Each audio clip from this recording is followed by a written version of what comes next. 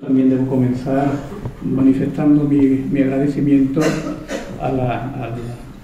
evidentemente a la Academia, ¿no? A esta Academia de las Buenas Letras por su hospitalidad, y también, como no, a Ana, a Marcelo, a Sol, a quienes han hecho posible este hermoso homenaje con tan poca ayuda institucional, que hay que decirlo siempre.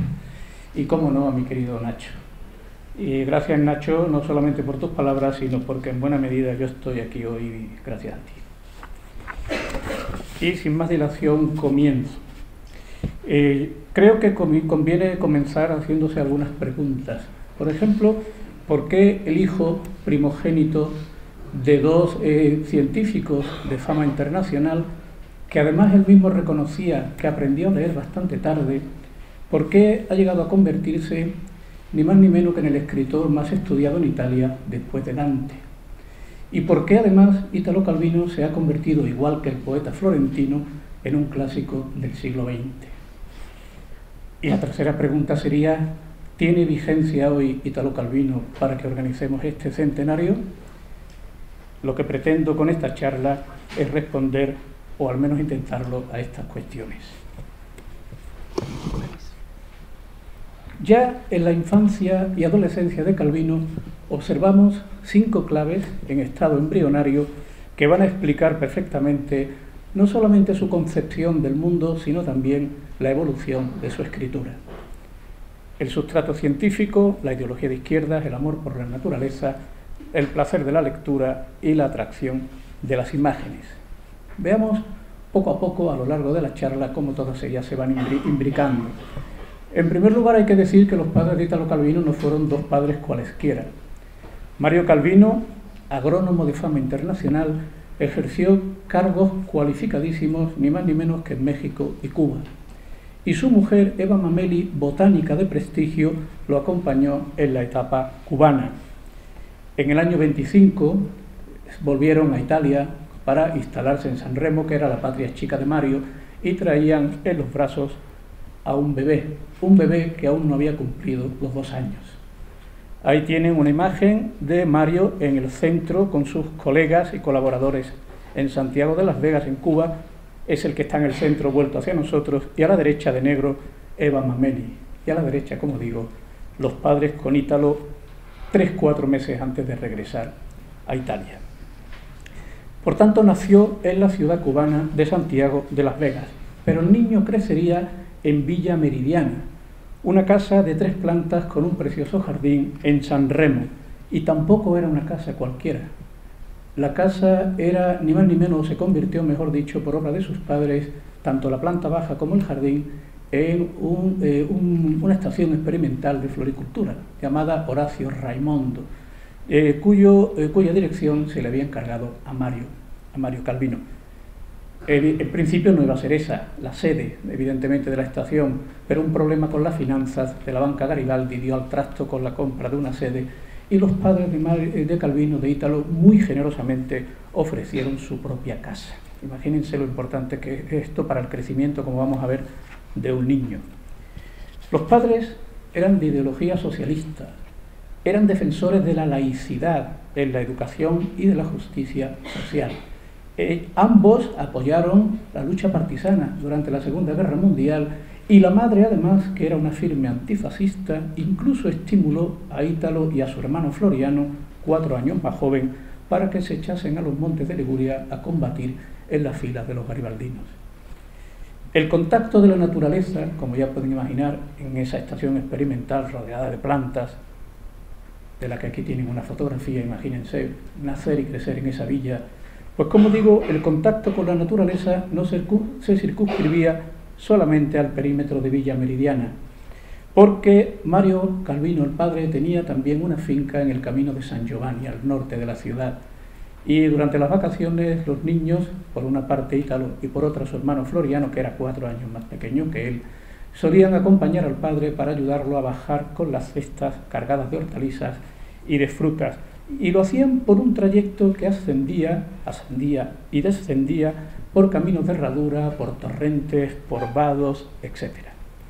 Aquí tienen una fotografía a la izquierda de Italo con su hermano en el camino de San Giovanni, y a la derecha otra fotografía precisamente pues con uno de estos arroyos, ¿no? Claro, la infancia y la adolescencia entre plantas, jóvenes investigadores internacionales y sobre todo la pasión o adicción, mejor, de los padres a la agricultura y al cultivo de las flores debió de producir en Calvino desde muy pronto cierto hartazgo. Cierto hartazgo que además se vislumbra en distintos escritos. Él ya veía, siendo un adolescente, que la vida iba por otros caminos, al menos la suya. Villa Meridiana para él estaba situada en una colina, ahora lo va a describir, y la colina era algo así como un eje entre dos mundos. El mundo de arriba, que le importaba bien poco, que era el mundo que iba hacia el camino de San Giovanni, por tanto el mundo rural de sus padres. Y luego el mundo que iba hacia abajo, desde Villa Meridiana hacia el mar y el puerto.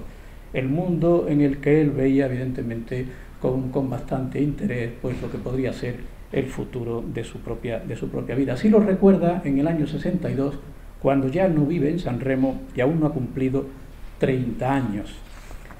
Una explicación general del mundo y de la historia debe tener en cuenta ante todo cómo estaba situada nuestra casa en la región llamada en un tiempo Punta de Francia, a media ladera, al pie de la colina de San Pietro. Para mí el mundo, el mapa del planeta, iba desde nuestra casa hasta abajo. El resto era espacio en blanco, sin significados. Los signos del futuro yo esperaba descifrarlos en aquellas calles, entre aquellas luces nocturnas que no eran solo las luces y las calles de nuestra pequeña ciudad apartada, sino la ciudad, vislumbre de todas las ciudades. Ahí tienen una fotografía de su madre, Eva Mameli, en la balconada de la casa de Villa Meridiana. Y a la derecha una foto actual de San Remo. Si se fijan, en la parte izquierda de la fotografía, en el centro, hay una casa rosada de varias plantas. Esa es Villa Meridiana, lo que queda de Villa Meridiana. Y ahí se ve perfectamente cómo hay un declive hacia el mar y hacia el puerto. Pero la seducción que aquí manifiesta Calvino por la ciudad y que luego se va a convertir en una pasión, evidentemente, en las ciudades invisibles, como veremos, ya estimulaba al joven Calvino mucho antes de ese escrito que acabo de leer. En el relato autobiográfico Amor lejos de casa, fechado en el año 47, el joven aspira a abandonar el pueblo. Y dice así: a veces un tren corre por las vías a orillas del mar y en ese tren estoy yo, que me voy, porque no quiero quedarme en mi pueblo lleno de sueños y de huertos, ni descifrar las matrículas de los coches extranjeros como el muchacho montañés sentado en el pretil del puente. Ahora bien, ese deseo de marcharse no va a suponer en absoluto la negación o el abandono de San Remo, abandono conceptual, entiéndase, de San Remo. Ninguna otra de las ciudades en las que vivió largo tiempo, como París, Roma o Turín, asoman tanto y desde tantas perspectivas como San Remo. San Remo está en sus primeros relatos, pero San Remo está también en obras como El varón rampante, La especulación inmobiliaria o La nube de smog. Y también está San Remo en algunas ciudades de las ciudades invisibles. Situémonos ahora en la Italia de los años 30, bajo el régimen mussoliniano. En casa de los padres de Calvino se leía sobre todo libros de instrucción y con algún fundamento científico. Entenderemos mejor el rigor de estos padres, el rigor quiero decir educativo de estos padres, con este pequeño dato. Su madre consideraba a Charlie Chaplin un deslenguado y un maleducado, y prefería que su hijo fuese al cine a ver las películas de Harold Lloyd, que era mucho más refinado y distinguido. Pues bien, quien se convertiría en un escritor, en un lector insaciable, un lector voraz, durante toda su vida aprendió a leer bastante tarde. Pero con 12 o 13 años ya nos confiesa luego que ya empezó a cogerle el gusto a la lectura, sobre todo con los libros de la jungla de Kipling. Y ya no paró, quiero decir, como lector. Antes de aprender a leer, disfrutaba con los cómics, con los tebeos. Y disfrutaba con los tebeos especialmente en un semanario que tenía mucha fama en la época, que era el Corriere dei Piccoli. Pues bien, este Corriere dei Piccoli adaptaba muchos cómics norteamericanos famosos, pero todavía no existían los bocadillos de los diálogos. Y lo que se hacía en las ediciones italianas es que se colocaban un par de versos rimados debajo de cada imagen. Pues bien, el niño Calvino se dedica a ver esas imágenes, pasar horas con ellas, inventando, fundiendo, cruzando esas imágenes, creando variantes de las historias. Esto es importante, porque aquí tenemos al joven Calvino practicando lo que luego será uno de sus recursos más gratos en la escritura de adulto, las combinaciones y las potencialidades del lenguaje, como luego veremos. La pasión por el cine de aquella época, mucho más norteamericano que italiano, evidentemente, estamos en los años 30, contribuyó a asentar lo que va a ser su concepción visual del mundo, de la que hablaré al final de la charla. Por entonces, Calvino es un adolescente que lo que quiere ser es caricaturista, quiere dedicarse a dibujar, a hacer viñetas de humor. Con 17 años incluso publica sus primeras viñetas en un periódico humorístico que se llamaba Bertoldo. Y todavía en el año 47, fijaos, cuando ya en el año 47 ha publicado algunos relatos y ha publicado su primera novela, El sendero de los nidos de araña, todavía en algunas cartas privadas se permite hacer algunos dibujos como estos que tienen aquí. A la izquierda tienen las 3 viñetas del Bertoldo y a la derecha es un dibujo en el que vemos en primer lugar a Hemingway montando sobre un toro, en segundo lugar a Elio Vittorini montando sobre un elefante y a Calvino montando el último sobre una araña. Claro, había escrito ya ese año además, 47, el sendero de los nidos de araña. Pero además había otro Calvino ya en ciernes en la adolescencia, el Calvino reflexivo y existencial. En el Liceo Clásico Gian Domenico Cassini de San Remo, los liceos clásicos, como creo que hay muchos estudiantes, me da la impresión de aquí de italiano, y saben que el Liceo Clásico tiene una carga eminentemente humanística. Bueno, pues allí él ya daba muestra de cierta propensión a la reflexión filosófica, y lo hacía sobre todo cuando se reunía con sus compañeros y iban a pasear por el Corso Imperatrice que hay en San Remo junto al mar, y se sentaban en un banco, una banquina, que le llamaban la banquina o el banco de la filosofía, y allí, en ese banco, se sentaron cuando se hizo esta fotografía. Y ahí tenemos a Calvino, el segundo por la derecha, y en primer término, el primero por la izquierda, es Eugenio Scalfari, el que sería su gran amigo durante la adolescencia y los primeros años universitarios. Ya luego se separarían, sobre todo por cuestiones políticas, y además, ni más ni menos que el que fundó el periódico La Repubblica en Italia. Pues bien, hasta aquí una introducción a estas 5 claves embrionarias. Como pueden ver, ya en la adolescencia y en la infancia se va configurando la personalidad y además los primeros gustos estéticos de Italo Calvino. Sin embargo, la carrera universitaria fue un auténtico desastre, un auténtico desatino. Más por complacer a sus padres que por vocación, se matriculó en agronomía. Recordad que el padre era agrónomo. En agronomía en la Universidad de Turín, y luego, por causa de las bombas, las bombas de los aliados, se traslada a la de Florencia. La carrera, evidentemente, no llegó a terminarla en absoluto. Le escribía cartas a su amigo Eugenio Scalfari en las que no solamente decía que no estudiaba literalmente, no estudió un Cristo relacionado con las disciplinas de ciencias agronómicas, sino que además su vocación era sobre todo la de dramaturgo. Ya por entonces quería ser dramaturgo. Pues bien, al mismo tiempo escribe sus primeros relatos y los publica en algunas revistas fascistas. Después de firmado el armisticio, el 8 de septiembre del año 43, entre los aliados e Italia, todavía quedaban muchas tropas de nazifascistas en Italia, sobre todo en el norte, la zona en la que vivía Calvino. En ese momento Calvino y Floriano se unen, como dije al principio, a las tropas garibaldinas. La experiencia, que dura 9 meses entre el año 44 y el año 45, se salda, entre otras cosas, con un encarcelamiento de 3 días del Calvino en el castillo de Santa Tecla, de allí de San Remo, convertido en un castillo parecido al de, bueno, hablo de Cádiz porque es mi ciudad y lo conoceréis mucho de vista, un castillo parecido al de Santa Catalina, que también ha sido prisión en Cádiz, ¿no?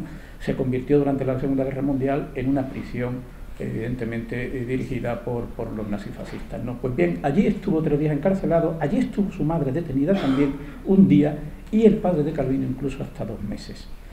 En un relato de la época, titulado Esperando la muerte en un hotel, Calvino recoge la convivencia en la celda de un anciano y Diego, personaje llamado Diego, que es trasunto del propio Calvino. Como muchos otros intelectuales antifascistas, pensemos por ejemplo en Mario Sócrates, en Paolo Espriano, en Rosa Rossi o por ejemplo en el propio Pavese, Calvino entendió que la continuación natural y lógica después de la lucha armada era el Partido Comunista, porque aún quedaría en Italia un largo rescoldo fascista durante la posguerra.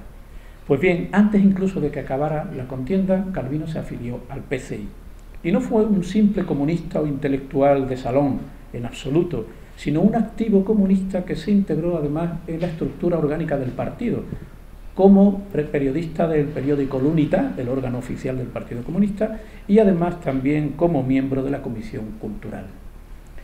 Concluida la guerra, por fin soltó el lastre de agronomía, pero entonces aquellos que habían combatido en la guerra, sobre todo los que habían sido garibaldinos, claro, habían combatido en el bando de los partisanos, se les permitía incorporarse en el tercer año de la carrera, en tercero. Calvino aprovechó para incorporarse al tercer año en la Facultad de Letras de Turín y allí estudió pues, los 2 años restantes y terminó la carrera con una tesis, una tesina en este caso, sobre Joseph Conrad. Muy posiblemente el tema se lo aconsejó, lo estimuló Cesare Pavese, reconocido anglófilo, con el que además ya él llevaba al menos un año en contratos en el entorno de la editorial Einaudi. Según Calvino, y cito literalmente, la renacida libertad de hablar fue para la gente furia de contar. La literatura pasaba a ser una presencia activa en la historia. Eso es muy propio del Partido Comunista de aquella época, es decir, la literatura es una presencia activa y el escritor evidentemente tiene fuerza para transformar la realidad y transformar la sociedad, ¿no? Y esta literatura, como decía hace un momento Ignacio, no podía ser de otra manera que neorrealista, igual que el cine de la época. Su objetivo era mostrar las condiciones de la gente, de vida de la gente. Y en Italia se publicaron infinidad de artículos y libros concebidos como testimonios diarísticos de la resistencia. Aquí tienen una fotografía con el carné de partisano de Calvino. La primera novela de nuestro autor, El sendero de los nidos de araña, se ascribe a esta literatura. Es una historia inspirada en su experiencia partisana y cuenta que un niño, un jovencito llamado Pim, hermano de una prostituta, roba una pistola a un alemán que es cliente de su hermana. Y la novela, pues, las peripecias de este personaje alrededor un poco de la pistola. Los lectores y críticos muy pronto saludaron la novela diciendo que aquello era una vez más un testimonio de la guerra partisana. Y eso a Calvino no le hizo mucha gracia, porque él decía, yo lo que había querido era escribir un relato de aventura y un relato picaresco a la manera del personaje de Jim Hawkins en La isla del tesoro de Stevenson. Gracias al respaldo entusiasta de Pavese, el libro salió publicado en Einaudi en el año 47. En el catálogo de Einaudi entraba un joven Calvino que en ese momento dejaba de ser un desconocido. El peso de las vivencias partisanas todavía perdurará en algunos relatos, sobre todo en el primer libro de cuentos, por último El Cuervo, también publicado por Einaudi. Y algunos dirán, Einaudi, ¿qué era Einaudi? Einaudi era mucho más que una simple editorial. Einaudi, fundada por Giulio Einaudi en el año 34, era un foco cultural y antifascista de primer orden en el norte de Italia. Allí, en sus orígenes, se dieron cita personalidades como Leone Ginsburg, el primer marido de Natalia Ginsburg, Cesare Pavese, Massimo Mila, Augusto Monti o Carlo Levi, entre otros, ¿no? En el año 50 Calvino pasó a ser miembro ya de la plantilla, fue ya contratado después de algunos intentos, en el que estuvo incluso vendiendo libros, ¿verdad?, como en círculo de lectores, vendiendo libros a cambio de una comisión. Finalmente entró en la plantilla y durante los 30 y pico de años que estuvo allí hizo todo tipo de actividades: evaluador de manuscritos, asesor de publicaciones, escribía también para las solapas y para las octavillas sueltas sobre las obras que se iban sacando, y además incluso alguna que otra vez se permitió diseñar alguna que otra cubierta. Pues bien, Einaudi fue la editorial que publicó toda su obra prácticamente. Calvino además fue periodista del periódico L'Unità, del periódico comunista, durante una década del 46 al 57, y cubrió tanto acontecimientos sociales como políticos, muchos, solamente voy a citar 2, y uno de ellos porque me parece muy curioso, ¿no? En el año 48, en julio, Calvino acude al rodaje de la película Arroz amargo, risonero en italiano, la película de Giuseppe De Santis, protagonizada por Silvana Mangano y Vittorio Gassman.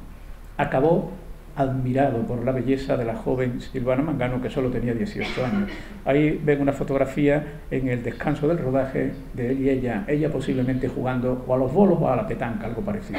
Y a la derecha el artículo que sacó días después, el 14 de julio, en el periódico L'Unità, donde decía que Silvana Mangano era una nueva Venus de Botticelli. Quiso el azar que ese mismo día Almiro Togliatti, el secretario general del Partido Comunista Italiano, sufriera un atentado al salir de Montecitorio, del Parlamento en Roma. Un atentado que lo dejó gravemente herido y que fue seguido por una huelga general en Italia de unas proporciones tremendas. En Turín, Calvino tuvo, como periodista enviado por la UNITA, que cubrir el encierro de muchos trabajadores en las fábricas, sobre todo en las fábricas de coches, como por ejemplo la Fiat, ¿no? Entre el año 47 y el 51 fue enviado como periodista, como corresponsal de la UNITA, a varias ciudades del entorno de la URSS, el entorno socialista, de la órbita de la URSS: Praga, Budapest y Moscú. En Moscú pasó 1 año y medio aproximadamente, y iba mandando al periódico pues una serie de notas que iba escribiendo sobre la vida en Moscú, y de ahí salió el cuaderno de un viaje a la Unión Soviética, donde él hace pues, en fin, una encendida defensa de la sociedad moscovita, poco menos que elogiando los valores no solamente morales, sino sociales y por supuesto deportivos, culturales de la revolución socialista. Con los años dirá luego que su visión estaba absolutamente sesgada. Y llegamos a la invasión de Hungría. La invasión de Hungría en noviembre del año 56 marca un antes y un después, un punto de inflexión en la trayectoria comunista de Calvino. Frente a la postura oficialista, encabezada por Togliatti, que no solamente respaldaban la invasión, sino que además la justificaban, Calvino se posicionó frente a aquellos que aprovecharon el momento para pedir, solicitar, requerir una apertura democrática. Después de 12 años en el partido, el 1 de agosto del año 57 abandonó la militancia y todos sus cargos. La amargura de aquellos meses de crisis política se trasladó a buena parte de su obra. Hay pinceladas, por ejemplo, en El varón rampante, pero ahora brevemente os comento una que sí fue importante porque simbólicamente venía a decirlo todo, y es el relato de la gran bonanza de las Antillas. En ese cuento nos presenta a un barco corsario y a un galeón español que, por haber una bonanza en el tiempo, pues están en un impasse de la batalla, de la lucha. El relato denunciaba alegóricamente, evidentemente, el inmovilismo de la dirección comunista, por una parte, que era el barco corsario, y por otra parte, el barco galeón representaba al partido opositor del Partido Comunista entonces, que era la Democracia Cristiana. Como era de esperar, le llovieron críticas del partido por todas partes. Y ese mismo año publicó en el 57 La especulación inmobiliaria, que defendió como uno de sus escritos más comunistas. Y ahí ya empezamos a ver algo que va a ser una constante en Italo Calvino, que sus protagonistas son alter ego del propio Italo Calvino. Aquí aparece uno de ellos, el protagonista de esta obra, Quinto Afonsi, alter ego, como digo, de Italo, y su hermano Ampelio, que es alter ego del hermano de Calvino, de Floriano. Ambos negocian con un constructor sin escrúpulo la venta de una parte del jardín de la finca familiar para edificar apartamentos. Esto está basado o inspirado en un hecho real. Los padres de Calvino vendieron una parte del jardín que todavía hoy se puede ver cuando uno viaja a San Remo y va a Vía Meridiana. En la parte derecha del solar todavía se pueden ver unos apartamentos y unos garajes de aquella época. Pues bien, embutidos en la piel de los personajes se reconoce a varios amigos de la infancia de Calvino y a su propia madre. Como digo, hubo un momento de inflexión en el año 56, pero eso no supuso en el 57, eso no supuso para nada un abandono por parte de Calvino de su ideología comunista y de sus preocupaciones sociales, en absoluto. Lo que sí hubo es una paulatina desafección política y un volcarse cada vez más, de manera más intensa, en la vida literaria. Del año 63 es la jornada de un interventor, y lo que nos cuenta es, o mejor dicho, lo que ahí se nos presenta es un alegato contra la manipulación de deficientes mentales en un centro de deficientes que había en un barrio de Turín, en el Cotolengo, que fueron llevados sumisamente todos a votar por las monjas, uno detrás de otro. Claro, Calvino vivió eso en primera persona 10 años antes, y 10 años después lo recrea en este largo relato. Por muchas razones, y especialmente por su espíritu inquieto, la narrativa de Calvino estaba abocada a un cambio extraordinario. Y lo llamativo es que dicho cambio se produce precisamente durante la etapa comunista, es decir, en los años 50. Es como si al comunismo o al neorrealismo calviniano de índole comunista le hubiera salido un grano simbólico fantástico, que dio lugar además ni más ni menos que a una trilogía. La trilogía que a partir de los años 60 se llamará Nuestros antepasados.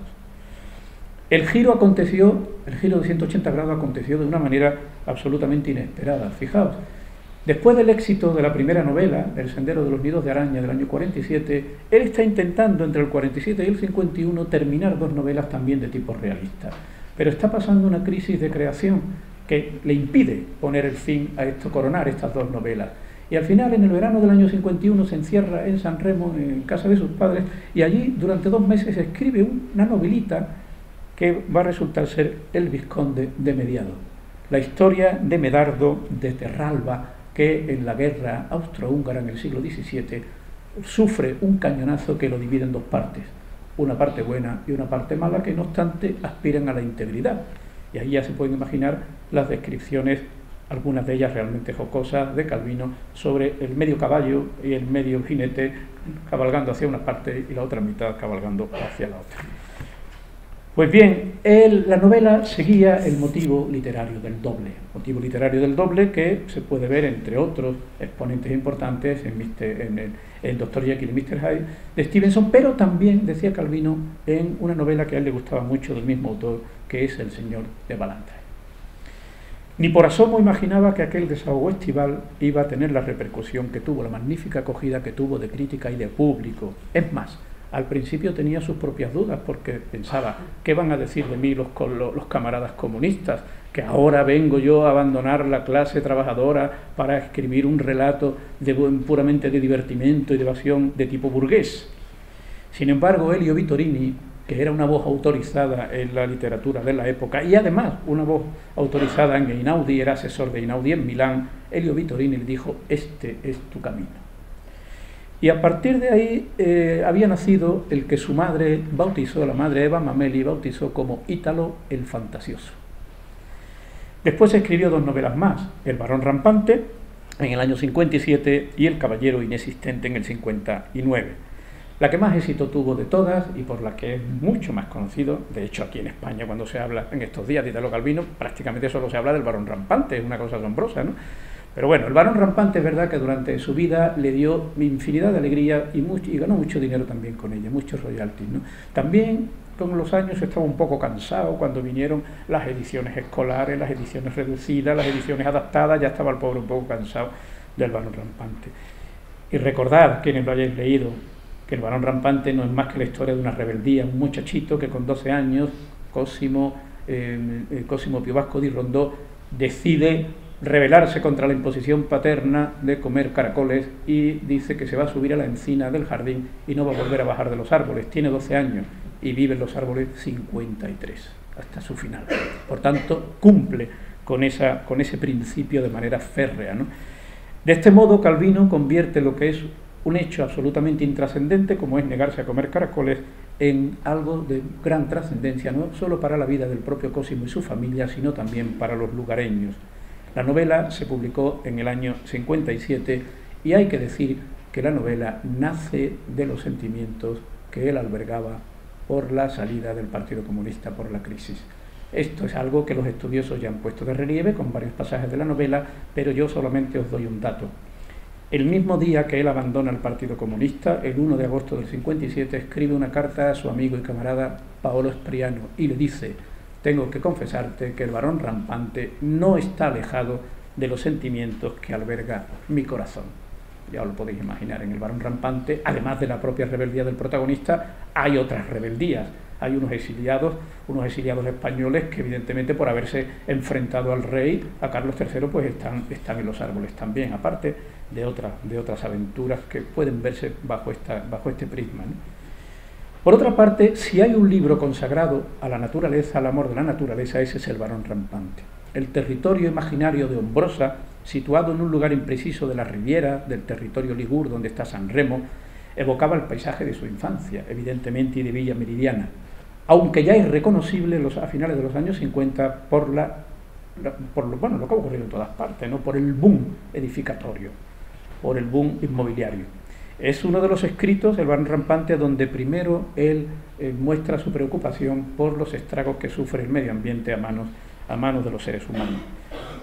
En el capítulo 4 de este libro, Cosimo clama contra la deforestación, al evocar la abundancia de árboles que había en el territorio de Ombrosa. Y al final del libro, su hermano, que es el narrador de la novela, lo cierra con estas palabras: de vez en cuando interrumpo la escritura y voy a la ventana. El cielo está vacío y a nosotros, los viejos de Ombrosa, situados a vivir bajo aquellas verdes cúpulas, nos daña los ojos mirarlo.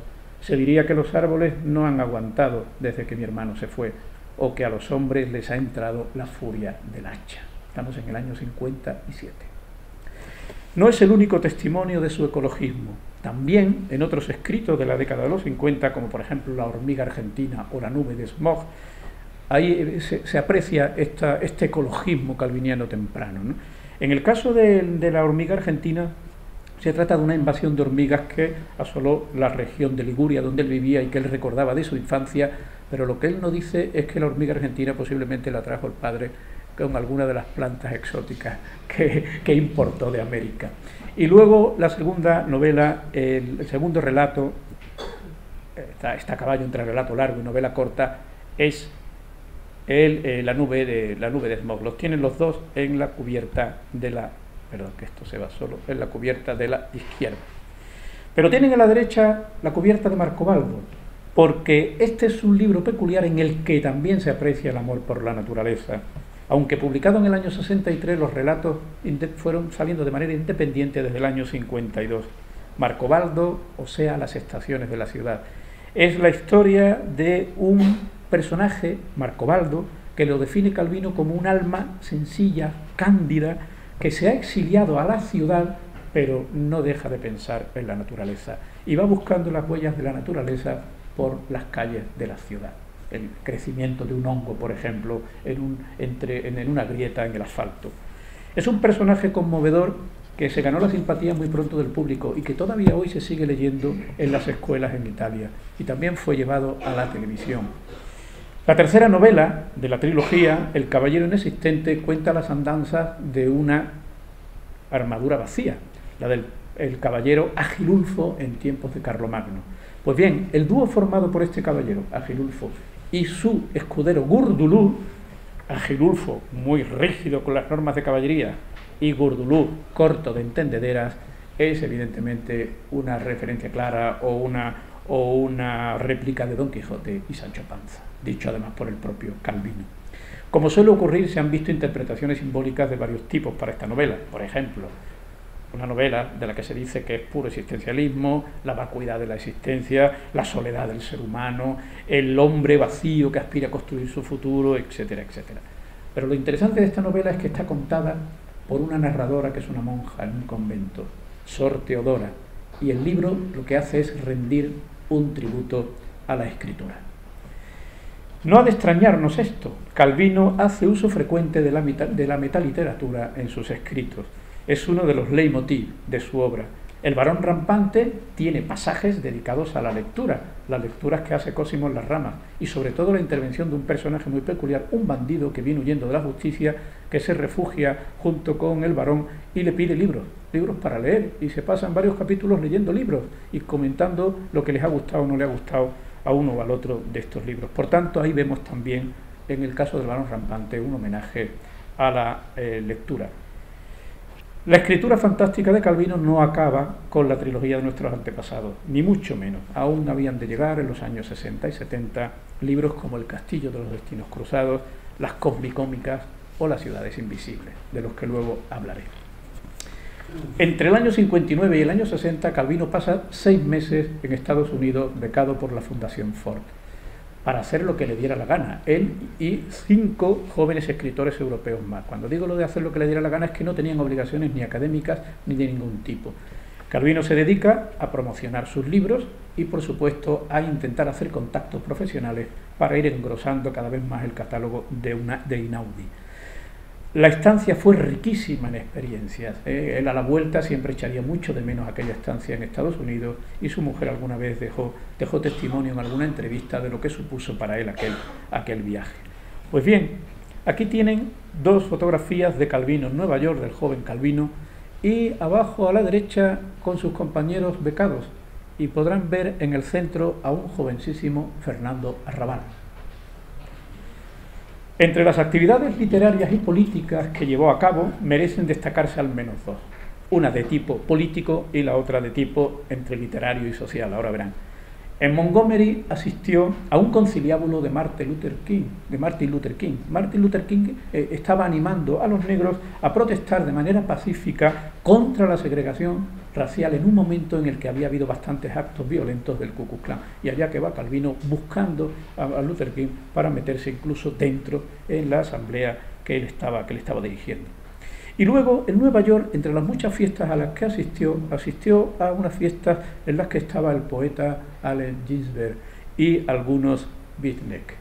Claro, sobre este grupo escribiría más tarde, en el año 62, el ensayo Los beatnik y el sistema. Ya se pueden imaginar a Calvino, un hombre introvertido, un hombre, en fin, moderado, en una fiesta con estos, como él decía, estos barbudos que cuando estaban en su casa vestían con zapatos de mayor calidad, pero cuando iban a salir a la calle se ponían las pantuflas, las zapatillas rotas y las camisetas rotas para salir, ¿no? Él deja escritas estas impresiones, pero lo que más me interesa es que en este artículo, Los beatnik y el sistema, ahí tenemos a un Calvino de absoluta actualidad. El pensamiento crítico de Calvino ahí se dirige hacia la sociedad de consumo, la sociedad productiva y de consumo, la imposición del pensamiento único por los medios de comunicación, la fiebre de la construcción y la falsa plenitud en que vivimos. Fíjense que es del año 62 y es de plena vigencia, de plena actualidad. Algunos de estos aspectos los tiene en común una de estas protestas con Pasolini, como veremos mañana. De regreso a Italia, en los años 60, comienza la etapa experimental. No se ha insistido lo suficiente en algo que ya dije al principio, en ese sustrato científico que hereda de los padres y que va a estar latente en toda su obra y que va a salir sobre todo a flote ahora en estos años. En el año 62, al escribir el relato El camino de San Giovanni, nos dice lo siguiente, en relación con su madre, que era una obsesa del trabajo. Recuerden, botánica, que la vida fuera también derroche, esto mi madre no lo admitía, es decir, que fuera también pasión. Por eso nunca salía del jardín rotulado planta por planta, de la casa tapizada de bugambilla, de su estudio con el microscopio bajo la campana de vidrio y los herbarios.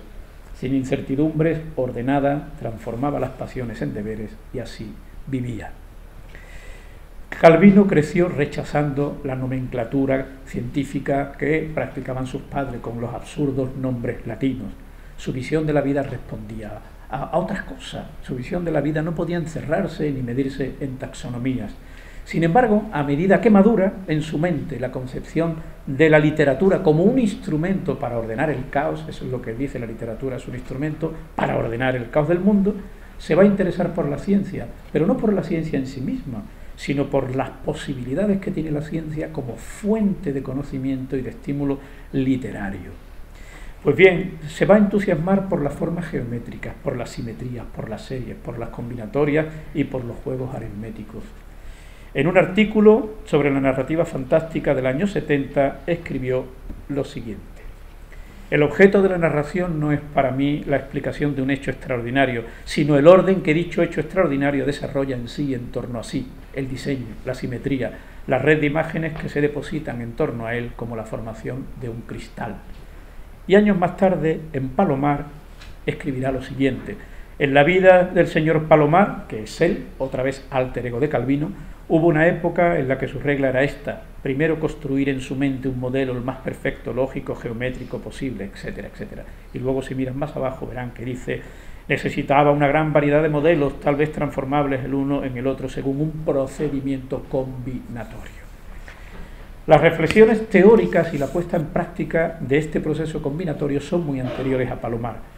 En un célebre ensayo suyo del año 67 titulado Cibernética y fantasmas, apunte sobre la narrativa, del proceso como proceso combinatorio, ya señalaba la vigencia de las permutaciones en la literatura. Y aquí Calvino tiene también otra vez algo de visionario, porque llega a advertirnos de que llegará un día en el que la técnica cree a los escritores, y eso es lo que está pasando con la inteligencia artificial. Pues bien, El Castillo de los Destinos Cruzados, publicado en el año 69, es el libro en el que aplicó con mayor rigor el proceso combinatorio. El libro consiste en un experimento con las cartas del tarot, que consiste en lo siguiente: las posibilidades que presentan las cartas del tarot para crear una narración secuencial.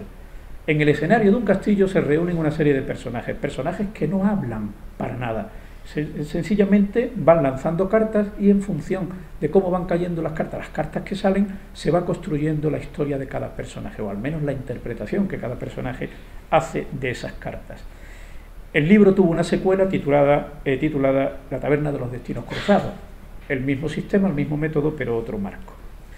En esta nueva andadura fue fundamental la influencia del escritor francés Raymond Queneau. Calvino había conocido su obra en los años 40 y sentía especial admiración por el poema Pequeña cosmogonía portátil, que consideraba su libro más representativo, una especie de versión moderna en clave jocosa o lúdica de la naturaleza del latino Lucrecio. Queneau era además fundador, junto con el matemático cofundador, con el matemático François Le Lyonnais, del grupo francés Oulipo, acrónimo de L'Ouvrage de Littérature Potentielle, es decir, taller de literatura potencial, creado en París en el año 60. Era una especie de taller semiclandestino y de carácter burlón, que lo que quería era indagar en las posibilidades infinitas del lenguaje y de la literatura como objetos matematizables. De este grupo se hablará en una de estas jornadas. ¿Cómo no iba a seducir Oulipo a Calvino, propenso a la ironía como era? ¿Cómo no le iba a seducir un proyecto lúdico como este, que estaba en las antípodas de la seriedad y el rigor con la que se aplicaban a la ciencia sus padres, ¿no? Propuesto por Queneau, Calvino ingresó en Oulipo el 14 de febrero del año 73.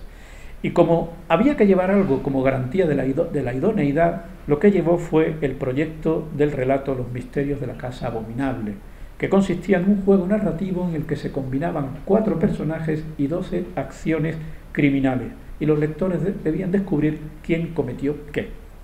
En Oulipo trabó amistad con otro de los grandes escritores franceses experimentales, con Georges Perec. Pues bien, Marcel Benabou, que ejercía entonces como secretario general, y aquí les llamo la atención sobre esto, secretario general definitivamente provisional. Pongo entre comillas esto de definitivamente provisional, porque esta paradoja, este oxímoron, deja muy a las claras ver el carácter juguetón de Oulipo. Pues bien, Marcel Benabou me confesó que uno de los momentos más importantes de su vida en Oulipo, que mejor recordaba, era cuando Calvino les informó del proyecto de novela Si una noche de invierno un viajero. Publicada en el año 79, después de 2 años y medio de duro trabajo, se trata del comienzo de 10 novelas totalmente diferentes, que empiezan y el lector se apasiona con ellas, pero no llegan a terminar porque se desvían para otros lugares. Es una obra consagrada a la lectura, y de hecho los personajes son el lector y Ludmila, la verdadera protagonista. Para algunos críticos es su novela experimental más atrevida. Así explicaba él en el año 84 la escritura apócrifa, y el recuerdo, antes he hablado de Borges, recuerdo que en esto de la escritura apócrifa tenía el gran maestro Borges, entre otros relatos con el de Pierre Menard, autor del Quijote, por ejemplo. Ahí tienen lo que escribió en el año 84 sobre esta novela, a la que él llamaba hipernovela.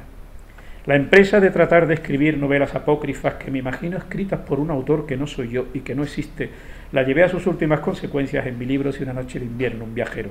Es una novela sobre el placer de leer novelas. El protagonista es el lector, que empieza 10 veces a leer un libro que por vicisitudes ajenas a su voluntad no consigue acabar. Tuve que escribir, pues, el inicio de 10 novelas de autores imaginarios, todos en cierto modo diferentes de mí y distintos entre sí. Y añadiría, poco después añadiría,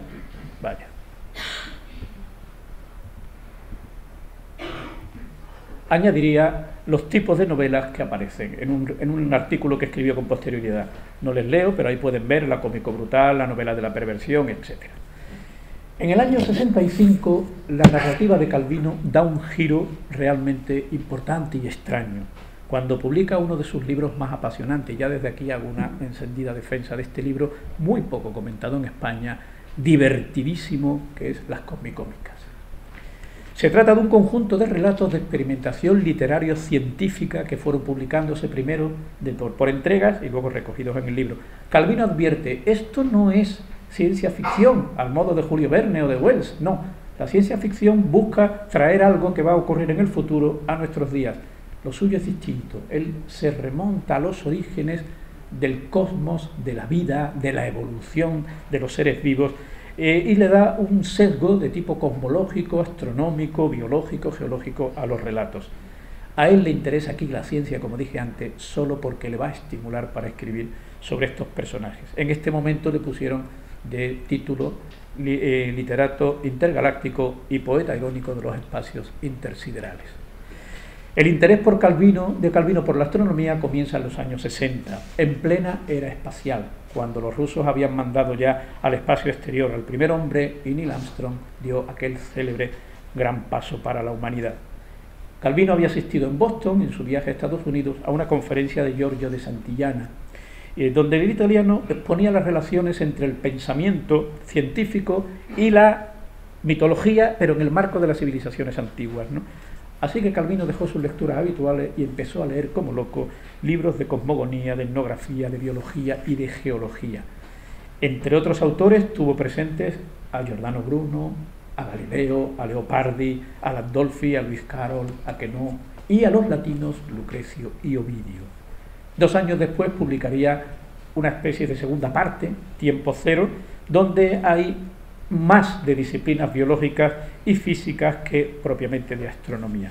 Este libro, Tiempo Cero, que recoge el título responde a una formulación desde la física, pues hay que incardinarlo en la tradición de las obras literarias que de alguna manera indagan sobre la relación entre el hombre y el tiempo, ¿no? Entre el ser humano y el tiempo, como La máquina del tiempo de Wells o El tiempo perdido, La búsqueda del tiempo perdido de Proust. El personaje más importante de las cosmicómicas es el narrador, un personaje que tiene un nombre impronunciable. Si no, díganme cómo se puede llegar a pronunciar 5 consonantes seguidas, Q, F, W, F, Q, algo así como A. Pero es que además en negrita le he puesto el nombre de otros muchos personajes. Pero claro, ¿por qué? Estos personajes, ¿por qué no se podían llamar Giuseppe o Marcella? Pues no se podían llamar así porque, ¿qué son estos personajes? Tienen una morfología indefinida. Estos personajes parece claro que son proteiformes, cambian de forma. De hecho, el protagonista, QFWFQ, en algunos relatos aparece como dinosaurio, luego como mamut, luego como molusco, como pez o como agujero negro. Así lo describe Calvino, lo tienen arriba. Así describe a este personaje. No sabemos quién es el protagonista del nombre impronunciable, porque existía antes de que los seres humanos aparecieran. QFWFQ existía ya en la época del Big Bang y asume forma animal durante la historia de la evolución. Es poco más que una voz o 2 ojos, una especie de antropomorfización de una criatura biológica. Uno de los relatos, ya digo que es una obra divertidísima, yo solo les he traído un ejemplo, a mí me parece de una genialidad admirable. Es el relato Todo en un punto, que comienza con una cita sobre el Big Bang. Imagínense la escena, visualícenla porque Calvino era muy visual para esto. En un único punto se concentran varias familias con todas sus pertenencias y el material que luego va a conformar el universo, en un punto minúsculo todo. Todos están tan apretados que no se sabe cuántos pueden ser porque no se pueden contar, porque para contar hay que separarse y tener perspectiva y no pueden salir del punto. Y si hay una cama, la cama ocupa todo el punto, por tanto no se puede decir me voy a la cama, porque eso requiere un recorrido. Hay que decir, hablando con propiedad, estar en la cama. La genialidad se pone de manifiesto cuando uno de los personajes, una señora voluptuosa llamada PHINK, les dice, si tuviera un poco de espacio, os haría unos tallarines. Entonces todos empiezan a imaginar lo que necesitarían, los elementos que requeriría todo el proceso. El sol en el centro del sistema solar para madurar el trigo, el agua descendiendo de las montañas para regar los campos, los terneros con cuya carne se haría la salsa, los cacharros de cocina, la cocinera con los codos metidos salpicadas de arena y de sangre, de aceite, quería decir. A la simple llamada tallarines chicos se obra el milagro cósmico. En ese momento el punto se expande haciendo posible el universo. Y ella, la artífice, queda perdida en las galaxias. No me digan que no es una genialidad. Es la magia de la comida italiana. Alguno de los presentes quizás recuerde la magnífica película divertidísima también de Ettore Scola, Macarroni, donde Antonio, el protagonista, muere y, como ya le había ocurrido cuando tenía 8 años, cuando le ocurre ya de mayor, su madre y su familia saben que hay una posibilidad de que se obre el milagro, es puro realismo mágico, y estando allí en la cama con una campanilla entre los dedos, la madre coloca un plato de macarrones humeantes y en ese momento suena la campanilla. Es exactamente la misma idea, que en eso los italianos pues lo han hecho muy bien, han vendido muy bien su comida en todo el mundo, ¿no?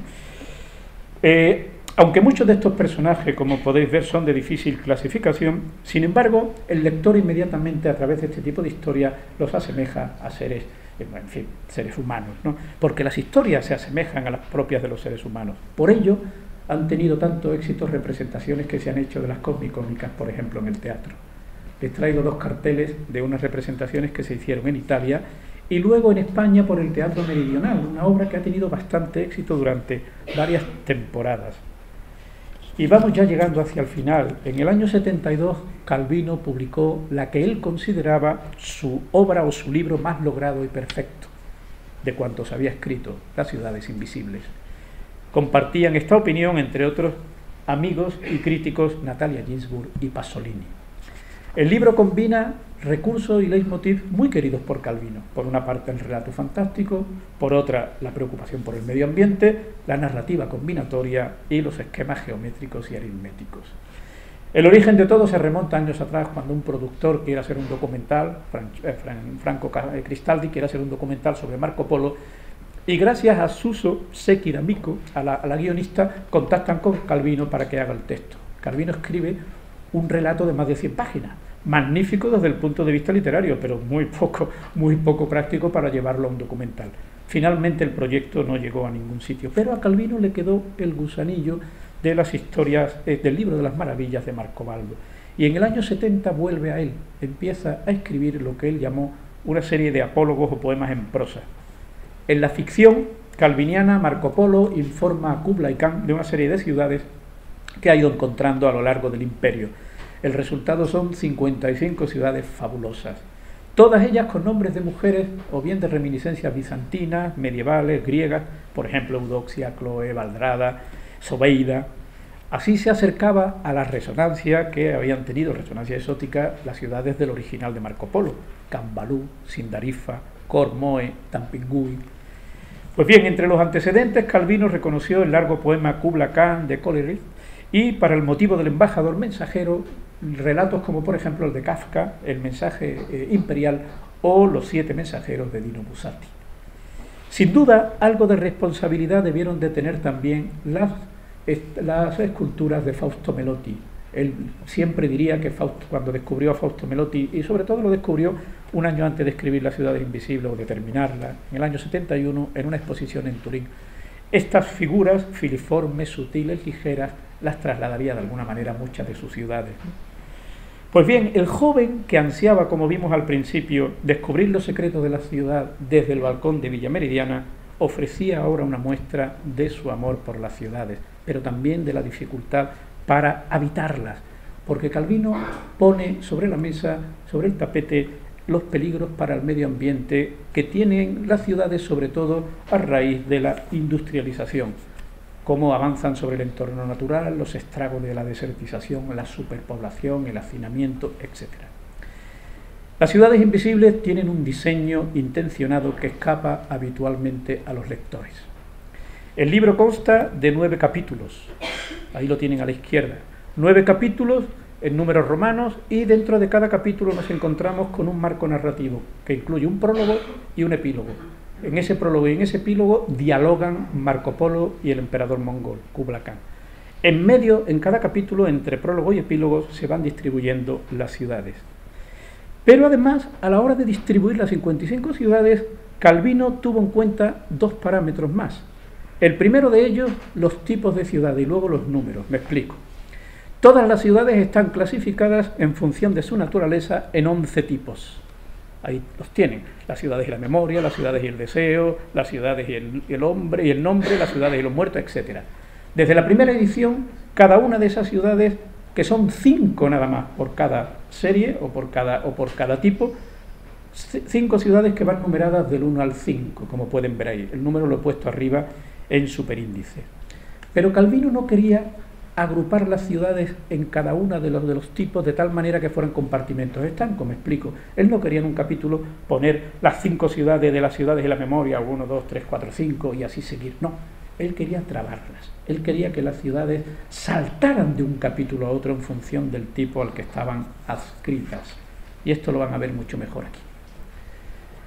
El primer capítulo, el de arriba en romano, tiene 10 ciudades. El último, el noveno, tiene 10 ciudades. Los del centro, del 2 al 8, tienen 5 cada uno. Es un esquema simétrico. El eje de simetría está en el capítulo quinto. Pero si se fijan, el 1 y el 9, los capítulos 1 y 9 tienen 10 ciudades. Ahora luego veremos por qué. Les he colocado al lado del nombre de las ciudades, en abreviatura, la representación del tipo. Es decir, CM, como pueden ver abajo, corresponde a las ciudades y la memoria. Y he puesto como ejemplo la ciudad de Isaura, Zenobia, etcétera, para que vean a lo que me refería antes cuando decía que él quería que hubiera una trabazón de un capítulo a otro. Isaura, la última del capítulo primero, es la 1 de las ciudades sutiles. La 2 de las ciudades sutiles ya está en el capítulo segundo, la 3 en el capítulo tercero, la 4 en el quinto, y así opera absolutamente con todas las ciudades. Pero la cosa no queda aquí. La cosa no queda aquí porque si nosotros incluimos ahora en un gráfico la tipología, nos vamos a encontrar con que el resultado es una figura geométrica, un rombo. Esto es algo que ya le dijeron a Calvino en los años 70 y él dijo que sí, que efectivamente eso era un rombo lo que iba buscando. Y aquí lo tienen.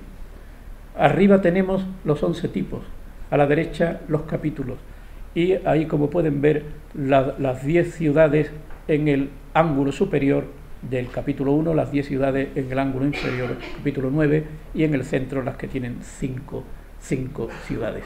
En negrita la que hace de eje de simetría. Ahora se explica por qué razón el capítulo 1 y el capítulo 9 tenían que tener 10 ciudades y no 5, para que saliera perfectamente el rombo, el ángulo del rombo, si no, no saldría. Cuando se le preguntaba por qué son invisibles estas ciudades, él respondía que para ver una ciudad no es suficiente tener los ojos abiertos. Hay que eliminar los obstáculos, sobre todo los obstáculos que impiden verla, que son las imágenes e ideas que tenemos preconcebidas. Uno va a París y ha leído ya previamente tanto sobre París que ya tiene una imagen de París. Eso es lo que hay que dejar a un lado antes de llegar a la ciudad. Es preciso, dice Calvino, saber simplificar, reducir a lo esencial la multitud de elementos que la ciudad presenta. Y esta reducción o simplificación, este aligerar peso, es una constante de su poética, como veremos dentro de un momento con el libro 6 propuestas para el próximo milenio. Y llegamos ya casi al final, años 80. Aquí encontramos a un Calvino más especulativo.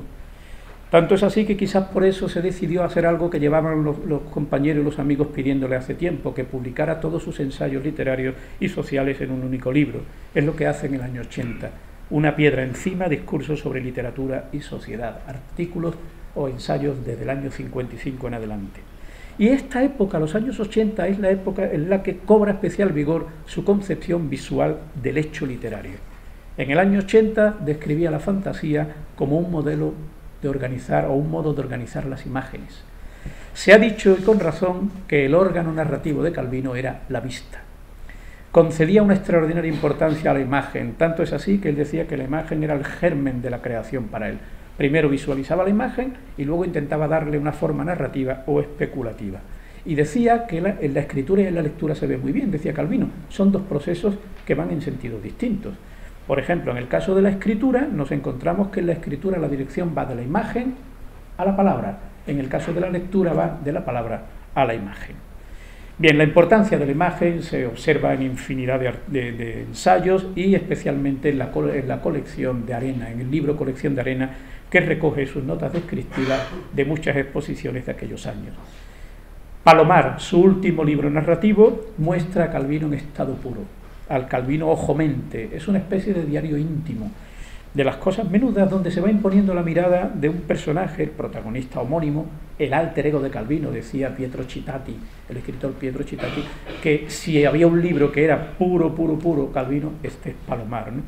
Es un filósofo que deambula bien por la ciudad, por los países, con intereses naturalistas, astronómicos, etnográficos, morales, etc. Y los paisajes que aparecen en las ciudades, que aparecen y los lugares que aparecen en Palomar son los lugares que recorrió Calvino.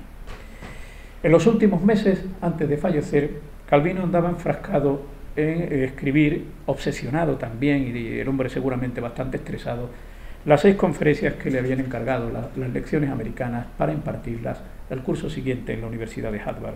Desde el principio tuvo muy claro que él lo que quería recoger eran las claves de su poética como escritor, pero también las claves de sus gustos como lector. Las propuestas eran levedad, rapidez, exactitud, visibilidad, multiplicidad, y luego ya en Estados Unidos escribiría consistencia.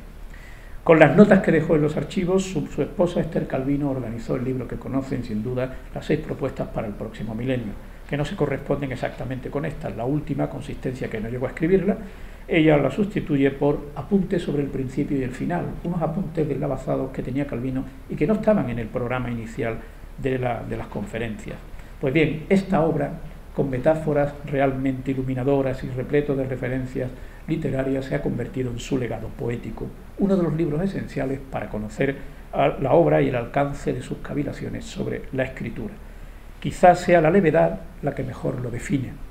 Mi labor ha consistido las más de las veces en sustraer peso. He tratado de quitar peso a las figuras humanas, a los cuerpos celestes, a las ciudades. He tratado, sobre todo, de quitar peso a la estructura del relato y del lenguaje. Y hora es de concluir.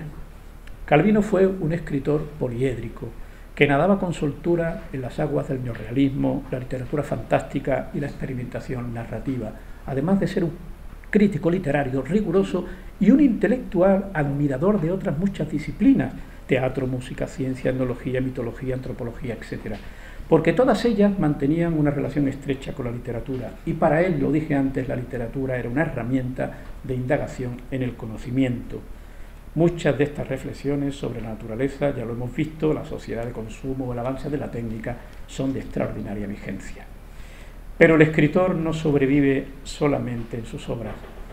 Del mismo modo que la apoteosis premiaba a los emperadores romanos, dándoles después de muertos un lugar en el cielo pagano, Calvino también ascendió a las alturas siderales unos años después de su muerte. Pero no vino de la mano de la religión, sino precisamente de la ciencia. En octubre del año 93, el Observatorio Astronómico Italiano Bassano Bresciano descubrió un planeta menor que fue registrado con el nombre 22370 Italo Calvino. Y en 2009 la Unión Astronómica Internacional acordó dar su nombre a un cráter de 67 kilómetros de diámetro en el hemisferio norte de Mercurio. Nada le hubiera gustado más al autor de una obra tan extraña, divertida y genial como las comicómicas. Muchas gracias.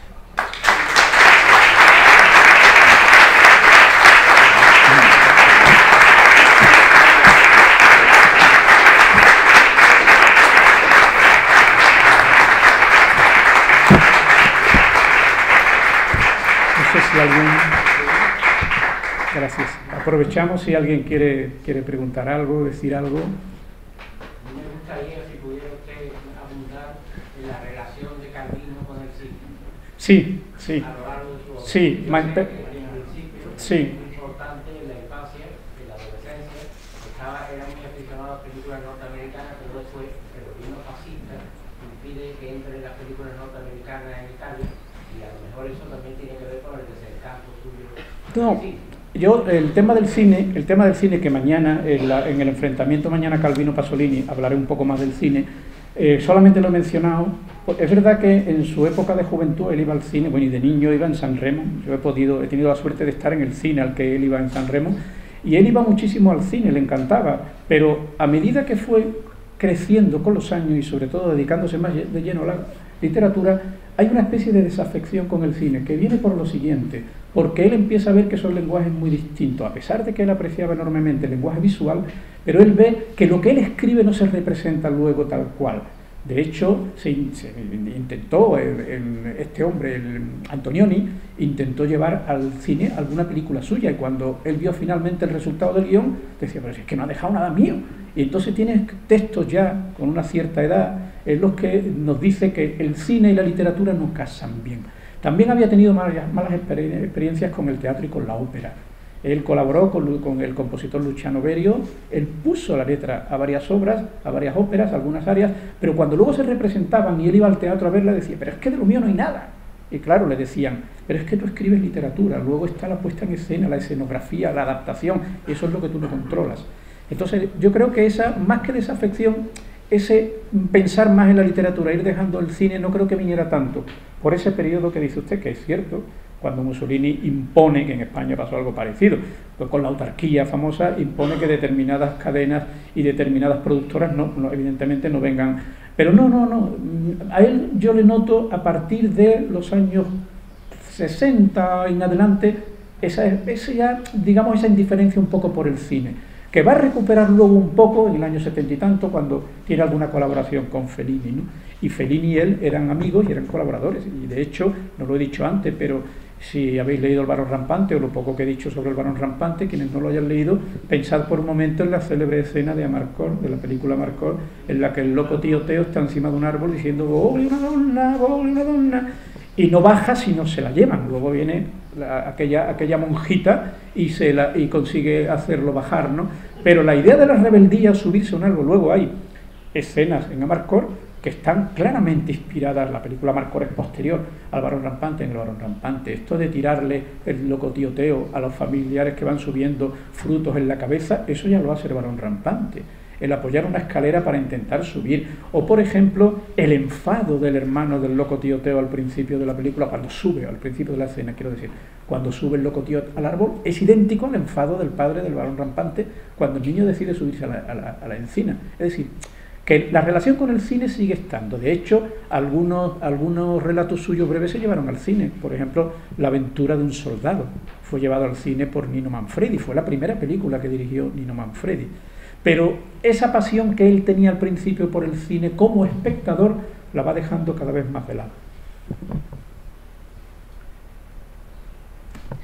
No sé, si no hay nada más, pues nada, muchas gracias.